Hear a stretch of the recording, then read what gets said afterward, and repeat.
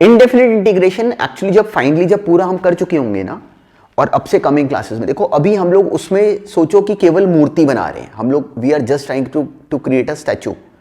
जब इनिशियली हम उस काम को करना शुरू करते हैं ना, तो इनडेफिनेट में क्योंकि अभी शेप नहीं आई होती, तो इसलिए अभी हमें लगता है कि नहीं ये बहुत डिफरेंट टास्क है, बहुत अलग प्रोसेस है। पर जैसे जैसे वो शेप में आनी शुरू हो जाएगी तो हमें समझ में आएगा कि स्टैचू हमारी कंप्लीटली बननी शुरू हो गई और हमसे क्वेश्चन सॉल्व होने शुरू हो गए। पर अभी ये शुरू वाली क्लासेस में जो जो बातें सुन रहे हो, इनमें से हर क्वेश्चन को सोचो कि ये पार्ट ऑफ थ्योरी है। बिल्कुल सोचो कि ये वाली जो बातें बताई जा रही हैं वो पार्ट ऑफ थ्योरी है। पहली बार में अगर उसको अटेम्प्ट करने में कहीं अगर गड़बड़ भी हुई तो वरिड होने की जरूरत नहीं, सेकंड बार में उसको राइट करो, फिर इसके क्वेश्चन हमसे परफेक्शन में सॉल्व होंगे। पर इस मेहनत से बचना मत, मतलब हम लोग बहुत काम करेंगे डेफिनेट में, पर वो काम खुद करोगे, मेरे करने से कुछ नहीं होगा। इन क्वेश्चंस को खुद से होने चाहिए। तो अगर पहली बार में ब्लॉक हो तो वरिड मत होना। कमिंग अभी थोड़ी क्लासेस के बाद मिक्स क्लासेस भी आएंगे कि इतना हमने काम कर लिया, चलो अभी मिक्स क्वेश्चंस करो। अब वो सारे क्वेश्चन से रिलेटेड होंगे जो हम लोग पिछली क्लासेस में हमने काम करा होगा, तो इसलिए स्टेप वाइज चलते हैं। तो चलो आज वाली क्लास शुरू करते हैं पहले क्वेश्चन के साथ, फिर उसी पे बेस्ड लॉजिकल पॉइंट्स और फर्दर करेंगे डिस्कस। ये अटेम्प्ट करो अपने आप। अब देखो टर्म थी साइन की पावर 4x इंटू कॉस की पावर 4x। डायरेक्टली अब हमें क्लैरिटी है कि हमसे टर्म हैंडल नहीं हो रही, तो हमें यह दिखता है कि sine x into cos x की पावर 4 है। तो हमें अब साइन और कॉस की अगर हायर पावर अगर आए तो उसको तोड़ने का एक तरीका बताया गया। वो तरीका क्या है कि सिंपली क्या करो कि उसको पावर से मल्टीपल एंगल्स में ले जाओ। कैसे? Simply sine x cos x था, उसको 2 से मल्टीप्लाई 2 से डिवाइड करा, तो जब 2 से डिवाइड करा तो पावर 4 थी, इसलिए वो 16 बन गया। ये क्या बन गया? साइन 2x की पावर 4। अब ये हमें ब्रेक करना आता था। रिकॉल करो, हमने सेम क्वेश्चन लास्ट क्लास में करा था। साइन 2x का स्क्वायर करेंगे, फिर उसका स्क्वायर कर लेंगे। अब ये साइन स्क्वायर 2x क्या बन गया? 1 माइनस कॉस 4x बाई 2। हमने एक पावर खत्म कर ली, इसको एक्सपैंड करा, वो आगे 1 प्लस कॉस स्क्वायर 4x। ये जो कॉस स्क्वायर 4x है ये बन जाएगा 1 प्लस कॉस 8x बाई 2। तो हमने इस क्वेश्चन में कंप्लीटली वही काम करना था जो हम जानते थे, बस 1/4 अलग है, बाई 4 बाहर आ गया, कॉस स्क्वायर 4x बन गया 1 प्लस कॉस 8x बाई 2। बाकी हर एक टर्म का हमें हर पार्ट का इंटीग्रेशन अब हम जानते थे, तो इसलिए इसमें कोई स्पेशल ट्रिक नहीं थी, पर राइट होना चाहिए था। अब नेक्स्ट करो। बिल्कुल सेम तरह का था, ये भी क्वेश्चन हमने सेम तरह का लास्ट क्लास में कराया। साइन क्यूब 2x प्लस 1 है, तो क्यूब को हटाने का तरीका क्या है कि उसमें ट्रिपल एंगल वाला फॉर्मूला पकड़ लो। तो सिंपली हमने करा इसको 3 times sine of 3 sine 2x plus 1 minus 3 times sine 2x plus 1 by 4। अब इनमें से हर पार्ट का इंटीग्रेशन हमें आता है। साइन 2x प्लस 1 का इंटीग्रेशन क्या बनेगा? Minus cos of 2x plus 1 divided by 2। By 2 से डिवाइड क्या करा? क्यों करा? क्योंकि x की जगह यहां पे ax प्लस b है, तो जो a है हम उसको उससे डिवाइड कर देते होते हैं। ऐसे ही यहां पे आ गया, ये बना 6x प्लस 3, तो ये आ गया minus cos minus minus plus हो गया, cos 6x plus 3 divided by 6 plus c। तो पैटर्न इसका बहुत सिंपल है, हमें इस बात की समझ है। अब ये क्वेश्चंस करने के बाद अब एक रिलेटेड नई बात सुनो जो कि बहुत सिंपल है और वो हमें क्वेश्चंस में और ज्यादा हेल्प करेगी। पर चलो यहां तक का ट्रैक तो हमें समझ में आया। अब जो पार्ट है वो थ्योरी का है, उसको ध्यान से पहले सुनो, फिर आगे उसको एग्जीक्यूट करेंगे। अब ये नोटिस करो बस पहले।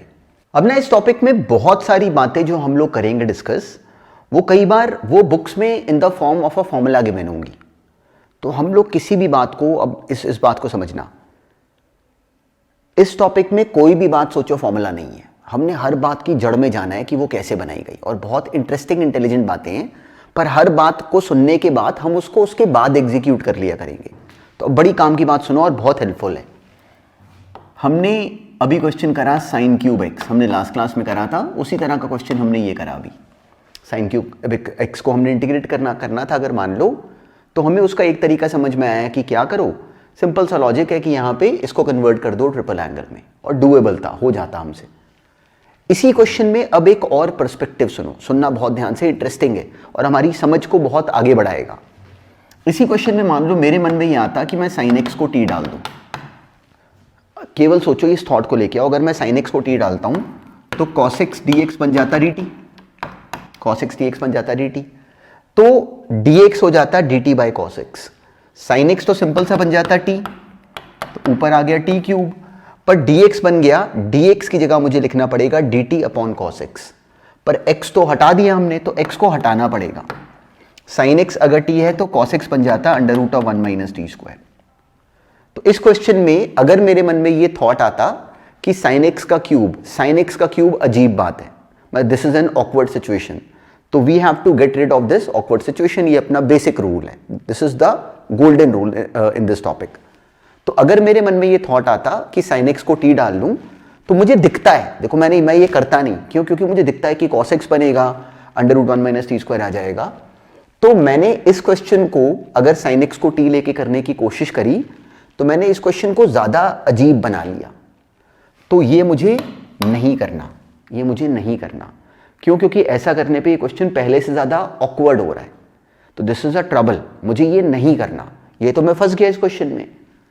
पर इसी क्वेश्चन में अब ये सोचो कि बजाय sin x को t लेने के, अगर, अब सुनना और बहुत ध्यान से, इंटरेस्टिंग बात है, अगर मैं cos x को t ले लूं, put cos x is equal to t, तो cos x को t लेके माइनस sin x dx ये बन जाता है dt, minus sin x dx बन जाता है dt।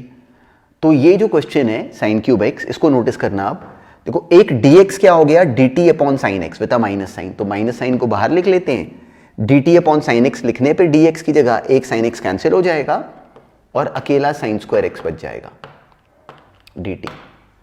अब cos x अगर t है तो it is clear to us कि cos square x is t square, sin square x becomes 1 minus T square. तो माइनस साइन को अगर हम एडजस्ट कर लें तो ये माइनस साइन स्क्वायर x बन जाएगा simply t square minus 1 dt, जो कि इजीली इंटीग्रेट हो गया, ये बन गया t cube by 3 minus T plus C, और t की वैल्यू हमने वापस डाल दी cos x, तो cos cube x by 3 minus cos x plus सी। तो इस क्वेश्चन को हमने अब से पहले कैसे करा था, ट्रिपल एंगल में लेके जाके। इसी क्वेश्चन में हमने अभी अभी एक नया पर्सपेक्टिव नोटिस करा कि हाँ, हम यहां पे cos x को t ले सकते हैं। अच्छा, अब इस बात को नोटिस करो, अभी पहली बार है इसलिए नया लगता है, पर बहुत सिंपल काम है।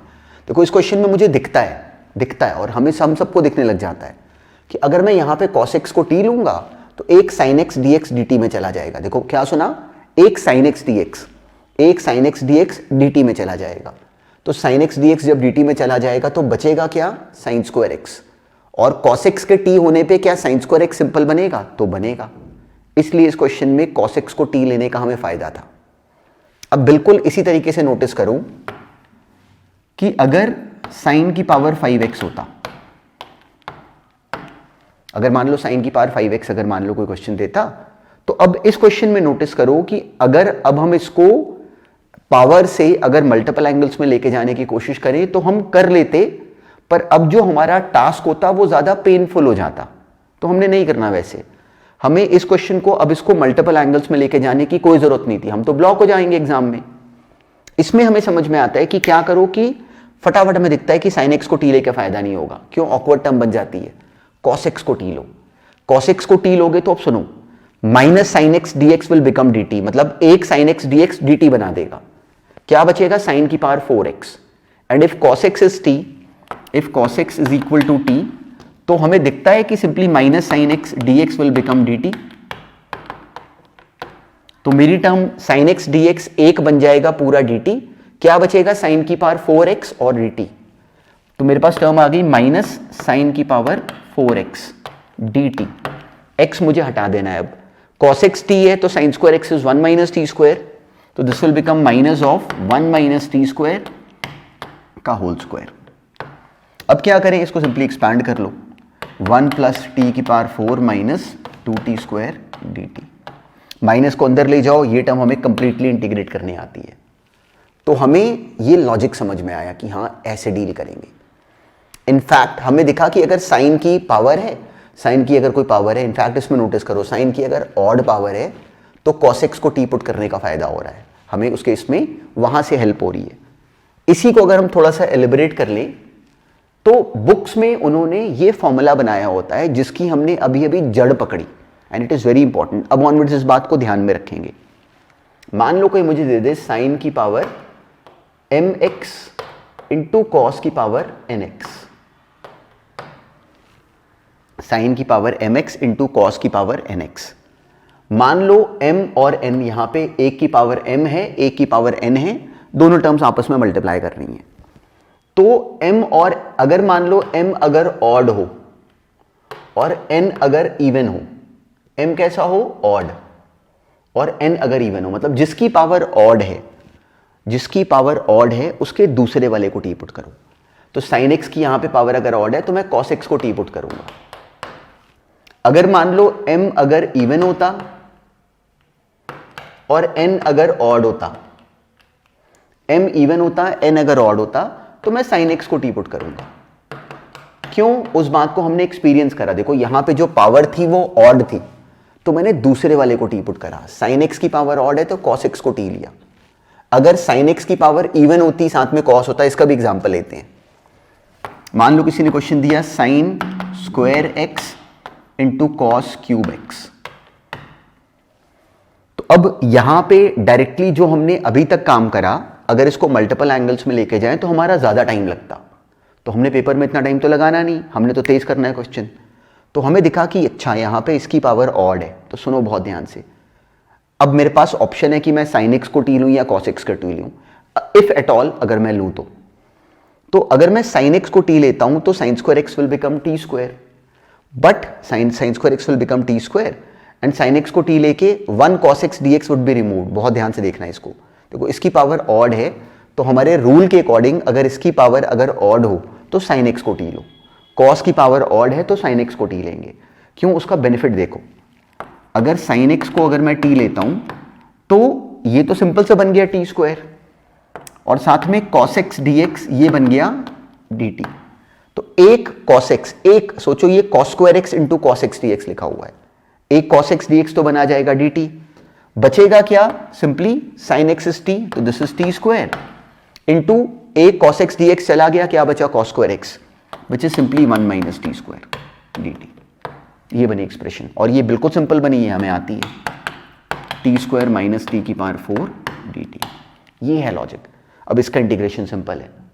तो अब हमने देखा कि अच्छा जब ये दोनों मल्टीप्लाई करते हैं तो अगर एक की पावर इवन और एक की पावर ऑड हो तो जिसकी पावर ऑड हो उसके दूसरे वाले को टी पुट करो। और इसको रटना नहीं है, इस सेंस को समझो कि ऐसा क्यों करा गया। क्योंकि हमारा गोल्डन रूल है कि जब कुछ सब्स्टिट्यूशन करोगे तो वो करोगे इसलिए ताकि कि जो नई चीज बने वो पहले से ज्यादा सिंपल हो। ये अपना गोल्डन रूल है। तो हमें देखा कि अगर sin x को t लेते हैं तो ऐसा करने पे जो नई चीज बनेगी वो सिंपल बनेगी, इसलिए हम ऐसा करेंगे। अब ये सिंपल है, T cube by 3 minus t की पावर 5 बाई 5 प्लस सी, तो दैट इज मैनेजेबल। अब ऐसे ही मान लो अगर m और n अगर दोनों ऑड हो जाएं, अगर दोनों ही ऑड होते तो फिर किसी को भी टी ले लो। पुट एनी, मतलब we can use any of the terms. Put sin x is equal to t और cos x is equal to t. दोनों में से किसी भी एक को ले लो टी, कोई फर्क नहीं पड़ता, दोनों से हो जाएगा, दोनों से हो जाएगा अगर दोनों की पावर अगर ऑड हो तो that is a doable task. लेकिन अगर मान लो दोनों की पावर इवन हो, कोई क्वेश्चन दे दे sine square x into cos की पावर 4x, इस केस में जो अब ये वाला जो रूल करा वो अब हमें फायदा नहीं देगा। अब यहां पे अगर हम sin x को t लें या cos x को t लें तो the new term which would be created would be an awkward term, तो हमें हेल्प नहीं हो रही, तो हम नहीं करेंगे क्योंकि ये हमारा रूल है। आपको जब स्कूल में बच्चों को देखोगे ना तो हमें वी वुड बी सरप्राइज कि बच्चों को ये पता नहीं चलता कि क्या नहीं करना। तो हमारा रूल क्या है कि सब्स्टिट्यूशन करो पर उसका पर्पस डिफाई मत करो। उसका पर्पस क्या है कि हमारा काम पहले से सिंपल बने। तो अगर सिंपल नहीं हो रहा तो क्यों करेंगे पुट? तो अगर दोनों की पावर इवन है तो sin x या cos x को t अगर लोगे तो टर्म पहले से ज्यादा ऑकवर्ड बन जाएगी, तो हमने क्वेश्चन को खराब कर लिया, तो वो नहीं करेंगे। तो अगर दोनों की पावर इवन होगी तो हमारे पास कोई तरीका नहीं एक्सेप्ट ये कि इसको मल्टीपल एंगल्स में कन्वर्ट करें। ये 1 माइनस कॉस 2x बाई 2 बन जाएगा, ये 1 प्लस कॉस 2x बाई 2 का होल स्क्वायर बन जाएगा। फिर इसको एक्सपैंड करेंगे, ये 2 और ये 4 बाहर आ गया, फिर इनको मल्टीप्लाई करेंगे, फिर वो टर्म फिर कोई हायर पावर बनेगी, उसको भी मल्टीपल एंगल्स में कन्वर्ट करेंगे। तो ये लेंथी क्वेश्चन हो गया, पर लेकिन पर्पस एग्जैक्टली ये है। तो इसको अगर मान लो आगे ब्रेक करते तो इस तरह का एक क्वेश्चन अभी करेंगे भी। चलो ये आ गया 1/8 बाहर, 1 minus cos 2x into simply this is what 1 plus cos square 2x plus 2 cos 2x, 2 cos 2x। अब इनको हम लोग एक्चुअली मल्टीप्लाई करते, देखो यहाँ पे cos क्यूब 2x बनता, उसको हम लोग फिर अलग से सॉल्व करते, cos क्यूब 2x बन गया, वो तो ऐसे भी हैंडल हो जाएगा sin 2x को t लेके। जो cos यहाँ पे जो cos स्क्वायर 2x बनेगा उसको 1 प्लस cos 4x बाई 2 लिखेंगे। तो ये लंबा क्वेश्चन होता, लेकिन ये भी हो जाता।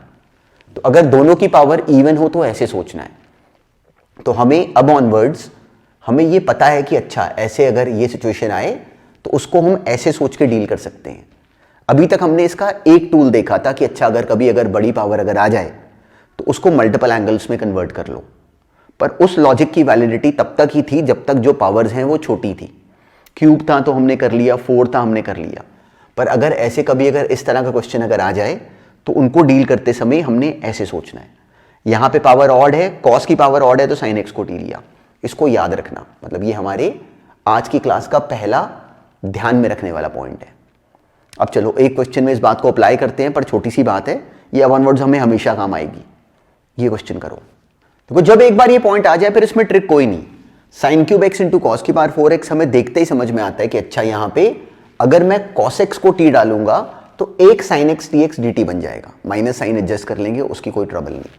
तो जब cos x को t डाला तो ये t की पावर 4 बन जाएगा, यहां पे sin स्क्वायर x बचेगा क्योंकि एक sin x dx चला गया dt बनाने में। तो sin स्क्वायर x जो बनेगा, if cos x is t then sin square x can be generated into a simple expression which is what 1 minus t square। तो हमने यहां पे cos x को t डाला, माइनस साइन एक्स dx को बनाया dt, साइन एक्स dx बन गया माइनस dt, ये आ गया sin square x। Sine square x कितना हो गया, simply 1 minus T square, minus को एडजस्ट करा लिया तो t square minus 1 into t की power 4। This is what t की पावर 6 माइनस टी की पावर 4। तो टी की पावर 6 का इंटीग्रेशन टी की पावर 7/7 माइनस टी की पावर 5/5 प्लस सी। टी की जगह लिख दो cos x, वो आंसर है। अब नेक्स्ट देखते हैं। अब देखो ये क्वेश्चन हुआ या नहीं हुआ वो इंपॉर्टेंट नहीं है, इंपॉर्टेंट ये पर्सपेक्टिव और बड़ी काम की बात है। अब ना जब कंपटीशन की बुक्स देखोगे, स्कूल की बुक्स देखोगे, तो उन्होंने इन सब बात को कई बार वैसे नहीं बताया होगा जैसे हमने समझना है, क्योंकि हमने करना है परफेक्शन में इस टॉपिक को। तो इस लॉजिक को समझना कि मैं इन क्वेश्चंस को हमेशा कैसे देखूंगा, हम सब ने इनको हमेशा ऐसे देखना है। अब देखो ये क्वेश्चन डायरेक्टली हमारे सामने आया, डायरेक्टली हमें नहीं आता, तो अब हमने इसको तोड़ने के लिए सोचना है। डायरेक्टली ब्रेक नहीं हो रहा, तो यहाँ पे अब मेरे मन में आया कि साइन एक्स को टी ले लो या कॉस एक्स को टी ले लो। तो अब सुनना बहुत ध्यान से, अगर विदाउट राइटिंग हमें दिखता है कि अगर मैं कॉस एक्स को टी लेता हूं, तो कॉस एक्स को टी लिए जाने पे क्या हमें दिखता है कि उसको डिफरेंशिएट करने पे minus sine x d x बनेगा जो कि डी टी बन जाएगा। तो मुझे दिखता है पहले से कि अगर मैं कॉस एक्स को टी लूंगा तो this sign x d x would be adjusted in D t. तो क्या बच जाएगा D t upon t cube, जो कि बहुत सिंपल है। इस रीजन से लिखने से पहले मुझे पता है कि cos x को t लेने पे मुझे बहुत बेनिफिट होने वाला है। तो this minus sine x d x will become d t. तो डी एक्स क्या आ गया, d t upon minus sine x. यह simply minus sine x d x कितना बन गया डी टी, ये बन गया minus d t upon t cube. तो ये क्या बना, सिंपली टी की पावर -3, टी की पावर -3 का इंटीग्रेशन कितना हो जाएगा, टी की पावर -2 अपॉन -2। तो ये आ गया टी की पावर -2 अपॉन -2, माइनस एडजस्ट हो गया तो टी स्क्वायर बन गया प्लस सी। टी कितना था, cos x, बस यहाँ पे cos x लिख दो, 1 upon cos square x is secant square x by 2 plus c, ये आंसर है। तो ये लॉजिक समझो कि सब्स्टिट्यूशन करने में जड़ क्या है। द रूट इज दिस कि हमने जब सब्स्टिट्यूशन करनी है तो ये सोचना होता है, और क्योंकि नई बात है, बुक्स में आपको नजर आएगा कि आपके फ्रेंड्स हमेशा कंफ्यूजन में रहेंगे कि उनको ये समझ नहीं आता कि बुक ने ये स्टेप कैसे कर दिया। तो हमने लिखना नहीं है, हमने पहले सोचना है कि अच्छा ये करेंगे तो हमें ये बेनिफिट होगा, ऐसे सोचना है। तो इसका आंसर कितना बन गया, simply 1 upon cos square x और नीचे 2 प्लस सी। इसी को एग्जीक्यूट करो अब इन दिस नेक्स्ट क्वेश्चन, इसमें भी ऐसे सोचना है। अब देखो exactly sort of same pattern पे अब ये क्वेश्चन था, पर अब देखो ये सोच बनानी शुरू करो। डायरेक्टली हमें देख के समझ में आया कि हमें नहीं आ रहा, यहां पे टर्म्स मल्टीप्लाई नहीं कर रही जैसे कि हमने थोड़ी देर पहले करा। तो हमने क्या समझना है कि अब ये क्वेश्चन हमारे सामने आया, इसको सिंप्लीफाई कैसे करें। सिंप्लीफाई करने का मतलब इसको उस जोन में लेके जाएं जहां पे कि हमसे ये सॉल्व हो जाए आगे, ये हमारा काम है। तो अब हमें दिखा, अब ये बिल्कुल एग्जैक्टली ये थॉट आता है कि अगर मैं साइन एक्स को टी डाल दूं तो एक कॉस एक्स डी एक्स, हमें क्लियरिटी है कि डी टी बन जाएगा, हमने लिखना नहीं, हमें क्लियरिटी है। तो एक कॉस एक्स डी एक्स के डी टी बनने पे क्या बचेगा, कॉस स्क्वायर एक्स। तो अगर हम साइन एक्स को टी लेते हैं तो क्या कॉस स्क्वायर एक्स एक सिंपल टर्म बनेगी, सिंपल सी टर्म बनेगी 1 माइनस टी स्क्वायर। तो हमें दिखा इस क्वेश्चन में कि साइन एक्स को टी लेने से हमें फायदा होगा, जो टर्म बनेगी वो इस फॉर्मेट में बनेगी जो कि आगे इजी बनेगी। हमने साइन एक्स को टी डाला, डिफरेंशिएट करा, कॉस एक्स डी एक्स बन गया डी टी। हमारी टर्म क्या बन गई, एक कॉस एक्स डी एक्स तो डी टी हो गया, क्या बचा कॉस स्क्वायर एक्स और नीचे sine square x that is T square D T. Now sine x is T, तो ये सिंपली ये कॉस एक्स लिखा हुआ है, cos square x would be what, simply 1 minus T square, तो बन गया 1 minus T square upon T square D T. और हमें क्लियरिटी है कि ये पार्ट सॉल्व हो गया, क्या बना 1 upon T square, 1 upon T square is T की पावर -2, उसका इंटीग्रेशन हो गया -1 अपॉन टी, अलग से -1, उसका integration minus T plus c, t की जगह वापस साइन एक्स लिख दो, ये आंसर है। पर इस सेंस को पकड़ो, इस क्वेश्चन को भी नोटिस ना करो, इस सेंस को नोटिस करो। तो अब हमने आज वाली क्लास में अब एक बेसिक अंडरस्टैंडिंग को फर्दर नया देखा, विच इज वेरी सिंपल। तो अब आज वाली क्लास में अब एक छोटा सा नया पॉइंट और समझते हैं, पर वो बहुत ग्रो करेगा आगे, पर पहले इसको नोटिस करो। अब ये क्वेश्चन अटेम्प्ट करो अपने आप, बहुत सिंपल है, अपने आप अटेम्प्ट करो। बहुत सिंपल था, पर अब ये ग्रेजुअली हमारी समझ बढ़ेगी। अब देखो डायरेक्टली हमसे इंटीग्रेट नहीं हो रहा, तो हमारे मन में ये थॉट आया कि इसको सिंप्लीफाई करने के लिए कुछ सब्स्टिट्यूट करें। तो अब देखो ये दिखना चाहिए, क्या दिखना चाहिए कि अगर मैं इस एफ एक्स को टी ले लेता हूं, अगर मैं इस एफ एक्स का नाम अगर टी रख देता हूं, तो f dash x d x पूरा डी टी बन जाएगा। तो हमें दिखता है कि न्यूमरेटर क्या बन जाएगा, डी टी। कब, जब हम इस एफ एक्स को टी डालेंगे, तो f dash x d x would become d T, मतलब पूरा न्यूमरेटर वॉज विजिबल कि ये बन जाता डी टी। तो टर्म क्या बन जाती, डी टी अपॉन टी, जिसका आंसर हो गया लॉग टी। टी कितना था, एफ एक्स, तो log of mod F x, log के अंदर टर्म हमेशा पॉजिटिव लिखते हैं, प्लस सी। ये बनी बात। तो ये हमने बनाया अपने आप, पर आज के बाद हमें ये एज अ रिजल्ट याद है, याद रखना, ये भी हमारे पास एक नया फॉर्मूला आ गया। क्या आया फॉर्मूला, कि जब भी कभी क्वेश्चन में F dash x upon f x का फॉर्मेट आएगा तो वो हमें फटाफट आता है। कैसे, हमने खुद क्रिएट कर लिया। तो ये हमने अभी अपने आप बनाया, पर आज के बाद हमारे पास ये एज अ स्टैंडर्ड रिजल्ट रह गया। इसको नोट कर लो, ये हमें याद है। हम लोग अभी आज वाली क्लास में भी इसको बहुत बार यूज करेंगे, पर ये हमें याद है आज के बाद। अब बिल्कुल इसी तरह का ये नेक्स्ट क्वेश्चन करो, बिल्कुल सेम तरह का है। अब देखो सेम पैटर्न था, बस हमने अंडरस्टैंडिंग को पकड़ना है कि एक्चुअली हो क्या रहा है। हमें दिखा एफ एक्स की power n into f dash x d x, directly हमें नहीं आता। तो ये बेसिक थॉट माइंड में रखना कि हमारा काम है अजीब टर्म को हटाना। हमने जो टर्म हमें फंसती हो ना, उसको हटा के टर्म को सिंप्लीफाई करना, ये मेन टास्क है। तो हमारे मन में ये थॉट आना चाहिए कि अगर एफ एक्स को मैं टी ले लेता हूं, तो बिना लिखे मुझे पता है कि एफ एक्स को टी लेते ही f dash x d x बनेगा, जो कि डी टी हो जाएगा, और वो तो रेडी है बाहर। तो हमें दिखा कि एफ एक्स को टी लेते ही ये बाहर वाली टर्म पूरी डी टी, तो सिंपली टी की power n into d t बनेगा। अगर हम एफ एक्स को टी डाल दें, क्या होगा, f dash x d x would become d t. तो this question was turn out to simply t की power n into d t. इसका इंटीग्रेशन हो गया टी की power n plus one upon n plus one plus सी। तो t कितना था, F x, तो मेरा आंसर बन गया एफ एक्स की power n plus one upon n plus one plus c. ये वाली बात भी हमें एज अ स्टैंडर्ड रिजल्ट पता होती है हमेशा, इसको भी ध्यान में रखना। ये भी हमारे पास एज अ स्टैंडर्ड रिजल्ट हमें याद होता है। इसका कैसे रोल होगा, ये हमें कैसे कैसे काम आएगा, वो सब अभी क्वेश्चंस में आएगा, पर हमारे माइंड में फिट हो गया। F dash x upon f x का इंटीग्रेशन लॉग एफ एक्स, ऐसे ही एफ डैश एफ एक्स की power n into f dash x. कभी अगर ये फॉर्मेट क्वेश्चन में आ जाए तो हमें पता होता है कि उसका आंसर एफ एक्स की power n plus one upon n plus one है। हम इसको यूज करेंगे बहुत बार। तो अब पहले इनकी एप्लीकेशन पे बहुत बेसिक से क्वेश्चंस देखते हैं, उसके बाद फिर इनसे क्या क्या और हो सकता है उनको डायरेक्टली अप्लाई करेंगे। पर ये रिजल्ट और जो पिछला रिजल्ट जो कि हमने बनाया खुद, पर आज के बाद हमें ये बिल्कुल याद है। इसको कॉपी में लिख लो, ये आज के बाद हमारे लिए आगे यूज होने वाले दो फॉर्मूले हैं। अब नेक्स्ट क्वेश्चन में इनको अप्लाई करते हैं, बहुत ईजी क्वेश्चन है, ये सॉल्व कर दो। अब देखो सिंपल सी टर्म थी, x square plus 3x plus 5 नीचे, 2x प्लस 3 ऊपर।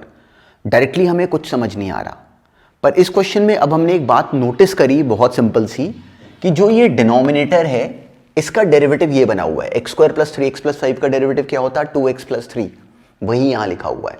तो क्लियरली ये f dash x upon f x d x था। तो हमें बिना कुछ करे पता है कि इसका आंसर क्या बन जाएगा, simply log of F x, इसका मॉडुलस प्लस सी, ये आंसर है। कैसे बना, इसका नाम टी रखा, ये पूरा डी टी बन जाता। तो बहुत सिंपल वर्जन है, बिल्कुल बेसिक बात से शुरू करा, इसी पे बहुत स्किल और है, पर इस थॉट को माइंड में रखना। एक क्वेश्चन और कर दो, फिर कुछ और काम की बात करते हैं। अब देखो डायरेक्टली देखने में टर्म ऑकवर्ड थी, अगर अभी हमने थोड़ी देर पहले अटेम्प्ट करा होता तो हम ब्लॉक होते। वैसे एक लॉजिक राइट था, अगर किसी ने ऐसे सोचा हो कि एक्स स्क्वायर, अब मुझे अगर ये क्वेश्चन में अगर कुछ और ना क्लिक करता तो फर्स्ट थॉट ये होना चाहिए था कि इस अंदर वाली टर्म को टी या टी स्क्वायर डाल के देखो। क्यों? क्योंकि हमारा बेसिक लॉजिक है कि अजीब टर्म को हटाओ, पर यहां पे अगर वैसे भी करा बिल्कुल करेक्ट है। क्यों हुआ करेक्ट? क्योंकि हमें दिखा कि जो ये अंदर वाली टर्म है, इसको नोटिस करो, तो इसका जो डेरिवेटिव है वो बाहर क्रिएटेड है। इसका डेरिवेटिव क्या होता है, 2x प्लस 1, और ये बाहर 2x प्लस 1 dx लिखा हुआ है। तो in a way the situation was fx की power n into f dash x, जो हमने अभी अभी नोटिस करा। तो ये एक तरीके से x square plus x minus 2 की power 1/2 into f dash x d x, ये बना हुआ था। इस क्वेश्चन को देने का अकेला पर्पज ही इस बात को नोटिस करवाना है। तो कभी अगर सिचुएशन आए तो हमें डायरेक्टली पता होता है कि ये हो गया सॉल्व, क्यों, हमारे फॉर्मूले के जोन में आ गया। तो डायरेक्टली ये क्या बन जाता है, एफ एक्स की पावर n प्लस 1, तो minus 1/2 plus 1 that is 3/2 whole divided by n plus 1, simply n plus 1 which is 3/2 plus c, ये इसका आंसर है। इसी में किसी ने अगर इसको t या टी स्क्वायर डाल के करा तो भी यही रिजल्ट आ जाता, एक ही बात है, पर ये सेंस पकड़ में आना चाहिए। चलो अब देखो, अब एक बात नोटिस करो, हमें साइन एक्स का इंटीग्रेशन आता है, हमें कॉस एक्स का इंटीग्रेशन आता है, जो कि हमने as a reverse of differentiation interpret करा। अब हमें सीकेंड स्क्वायर का इंटीग्रेशन आता है, सीकेंड स्क्वायर एक्स का, कोसेकेंड स्क्वायर एक्स का आता है, पर सोचो हमें tan एक्स का इंटीग्रेशन अभी तक नहीं आता। तो अभी तक tan एक्स का इंटीग्रेशन की बारी क्यों नहीं आई? क्योंकि एक्चुअली tan एक्स का इंटीग्रेशन हम अभी तक बना पाने के लिए केपेबल नहीं थे, ना ही cos एक्स का और cot एक्स का। तो tan एक्स cot एक्स जो कि बिल्कुल बेसिक टर्म्स हैं, उनका इंटीग्रेशन बनाने के लिए सोचो हम लोग अभी तक केपेबल नहीं थे, अब होंगे। अब इसके करने के बाद अब एक बात सोचो, हमें कोई बोले सिंपली इंटीग्रेट tan एक्स, किसी ने हमें ये क्वेश्चन दिया, तो डायरेक्टली हमें विजिबल है कि हमें नहीं आता, पर अगर हम बिल्कुल क्लियरली सोचें तो ये actually sine x upon cos x है, sine x upon cos x है। अब नोटिस करो कि जो cos x का डेरिवेटिव है, cos x का डेरिवेटिव क्या होता है, माइनस साइन x। तो एक तरीके से ये अगर मैं यहां पे माइनस लगा दूं और एक माइनस बाहर भी लिख दें, तो ये f dash x upon f x बन गया, simply f dash x upon f x. तो f dash x upon f x का डायरेक्ट इंटीग्रेशन क्या होता है, लॉग एफ एक्स। तो ये डायरेक्टली आ जाता है minus log of cos x plus c. इस माइनस को अगर अंदर ले जाएं तो cos x की power -1 which gives us log of secant x का मॉडुलस, अंदर मॉडुलस होगा ही हमेशा प्लस सी। तो आज के बाद हमें tan x का इंटीग्रेशन जो कि पहले नहीं आता था अब आता है। ये हमारे लिए अब ऑनवर्ड्स एक स्टैंडर्ड रिजल्ट है। जैसे sin x का इंटीग्रेशन cos x का इंटीग्रेशन हम जानते थे, वैसे ही आज के बाद tan x का इंटीग्रेशन भी हमें याद है, that is log of secant x। कैसे बनाया, बिल्कुल बेसिक लॉजिक से। बिल्कुल ऐसे ही अगर cot x को इंटीग्रेट करें तो सेम तरीके से ही वो बन जाएगा log of sine x plus c. Modulus नहीं भी लिखोगे तो भी चलेगा, it is by default positive, log के अंदर वाली टर्म पॉजिटिव ही होती है। तो हमें tan x का इंटीग्रेशन पता है log of secant x, cot x का इंटीग्रेशन पता है लॉग ऑफ साइन x। तो ये दोनों हमें याद है, ये दोनों दो फॉर्मूले हमें अलग से और याद है, जिनको हम यूज करेंगे, अभी भी क्वेश्चंस में यूज करेंगे आज। tan x का इंटीग्रेशन cot x का इंटीग्रेशन हमें आ गया। अब सोचो अकेले अगर सीकेंट x को इंटीग्रेट करना पड़े तो इसका पैटर्न नोटिस करना इंटरेस्टिंग है। डायरेक्टली अगर सोचो आज से पहले जितने भी क्वेश्चंस हमने अभी तक करे उसमें हमें इस बेसिक से फॉर्मूले सीकेंट एक्स तक का इंटीग्रेशन अभी तक नहीं आता। हम लोग अब देखो इतनी क्लासेस आगे निकल आए हैं, अब आएगा। तो अब ये सब हम लोग कमिंग क्लासेस में, अब ये बाय डिफॉल्ट एजम्पशन होगी कि हमें ये बातें याद हैं, तो इनको अपनी कॉपी पे नोट करके साथ साथ याद रखना। इट इज़ वेरी इंपॉर्टेंट, बहुत बेसिक फॉर्मूले हैं। तो सीकेंट एक्स डायरेक्टली हम इंटीग्रेट करना नहीं आता। तो अगर इसमें एक इंटरेस्टिंग इंटेलिजेंट स्टेप करें, अगर मान लो मैं इसको जानबूझ के secant x plus tan x से मल्टीप्लाई और डिवाइड करा दूं, और ये समझना कि ऐसा क्यों करा, तो नीचे बन गया simply secant x plus tan x, numerator में क्या बन गया, secant square x plus secant x tan x. तो अब एक इंटरेस्टिंग बात नोटिस करो कि टैन एक्स का डेरिवेटिव होता है सीकेंट स्क्वायर एक्स और सीकेंट एक्स का डेरिवेटिव होता है सीकेंट एक्स टैन एक्स। तो क्या विजिबल है कि इसका डेरिवेटिव न्यूमरेटर में बन गया, which is what, f dash x upon f x. तो इसलिए सीकेंट एक्स का जो इंटीग्रेशन होता है that is straightforward log of secant x plus tan x plus c. ये हमें बिल्कुल एज अ स्टैंडर्ड रिजल्ट याद है, हमारे क्वेश्चंस में आएगा, हम इसको डायरेक्टली यूज करेंगे। टैन एक्स का इंटीग्रेशन, कॉट एक्स का इंटीग्रेशन, सीकेंट एक्स का इंटीग्रेशन, और बिल्कुल सेम तरीके से बन जाता है कोसीकेंट एक्स का इंटीग्रेशन। सेम लॉजिक से वो आ जाता है log of cosecant x minus cot x plus c. ये भी हमें याद है। अब देखो अभी तक हम केवल साइन एक्स और कॉस एक्स तक ही रुके हुए थे। आज हमें F dash x upon f x वाली बात करने के बाद ये समझ में आया कि हमें tan x, cot x, secant x, cosecant x, इन चारों का इंटीग्रेशन भी आज के बाद हमें याद है, हम यूज करेंगे इनको पूरी fluently. F dash x upon f x वाला जो रिजल्ट बनाया है वो भी यूज करेंगे, एफ एक्स की power n into f dash x वो भी यूज करेंगे। कैसे करेंगे वो सब बहुत फ्लो में, बहुत क्वेश्चंस में करेंगे, पर यूज करने से पहले हमें आने चाहिए। तो हमें ये आज के बाद एज अ रिजल्ट याद है। अब ये क्वेश्चन करते हैं अपने आप अटेम्प्ट। क्वेश्चंस कर करके एक्चुअली ये ऑब्जर्वेशन, ये स्किल बनना शुरू हो जाता है, तो कोई बहुत बड़ी बात नहीं है, पर हम सब इस टॉपिक में ऐसे देखना शुरू हो जाते हैं। जैसे ये क्वेश्चन गिवन है, डायरेक्टली हमें समझ नहीं आया, पर हमने नोटिस करा कि जो ये डिनोमिनेटर है, इसको नोटिस करो, इस डिनोमिनेटर का डेरिवेटिव एक्चुअली ऊपर लिखा हुआ है। e की पावर x का डेरिवेटिव e की पावर x, इसका डेरिवेटिव माइनस ऑफ e की पावर माइनस x। तो इसका फॉर्मेट क्या बना, f dash x upon f x. जैसे ही हमने ये पकड़ा हमारा क्वेश्चन सॉल्व है। ये एक्चुअली क्या बन गया, f dash x upon f x. Simply इसको अगर मैं t डाल दूं तो ये पूरा न्यूमरेटर क्या बन जाएगा, dt। dt बाई t का इंटीग्रेशन log t। स्कूल के एग्जाम में, बोर्ड्स में अगर क्वेश्चन इस तरह का है तो f dash x upon f x को याद रखना। ये बात ऑब्जेक्टिव में तो डायरेक्टली यूज करना, स्कूल के एग्जाम्स में, बोर्ड्स में इसको डायरेक्टली मत यूज करना, वहां पे ऐसे शो कर देना। पर हमें ये पता होगा कि f dash x upon f x के बनने पे हमारा क्वेश्चन आगे हैंडल हो जाता है। कैसे, f x को t डाल दो, f डैश x dx बन जाता है dt। तो उसके बाद सिंपली क्या बन गया, log ऑफ t। तो हमें ये पता है कि आगे क्वेश्चन हमसे इजीली डूएबल है। अब जो नेक्स्ट है वो देखने में ऑकवर्ड है, पर उसको इजीली हैंडल करना। अभी ये करो। अब देखो directly 1 minus tan x upon 1 plus tan x में हमारा कोई कनेक्शन नहीं बना। इसका डेरिवेटिव सोचा ऊपर क्रिएटेड है, कुछ नहीं बन रहा। 1 प्लस टैन एक्स का डेरिवेटिव सीकेंट स्क्वायर एक्स आता, तो हमें विजिबल है कि ये टर्म तो हमसे मिस हो रही है, हमारा कनेक्शन नहीं बन रहा। तो अगर हम क्या करें कि इसको कन्वर्ट कर लें साइन कॉस में, डायरेक्टली इसमें ये बन गया cos x plus sine x, ऊपर cos x minus sine x. तो अब क्या विजिबल है कि जो इसका डेरिवेटिव है वो क्या होता, cos x minus sine x, और वही ऊपर विजिबल है। तो जैसे हमने इस बात को आइडेंटिफाई करा, हमें समझ में आ गया कि अब बात बन गई। इसको डालो t, तो सिंपली हमारे पास न्यूमरेटर बन गया f डैश x dx। तो डायरेक्टली आंसर बन गया log of cos x plus sin x plus c। तो gradually actually we start to generate the eye for these kind of questions. बहुत simple काम है, पर ये करके ही आना है, उसके बिना नहीं होते क्वेश्चन सॉल्व। अब नेक्स्ट करते हैं। अब देखो आज वाली क्लास में हमने सेम अंडरस्टैंडिंग अभी देखनी शुरू करी। नेक्स्ट क्लास में काम ही अब यहां तक के काम को कंपाइल करना है। तो नेक्स्ट क्लास में अभी अब कोई नया लॉजिक नहीं करेंगे। हमने F dash x upon f x वाली बात आज करी, और वो साइन कॉस वाली टर्म्स का मैनिपुलेशन करा।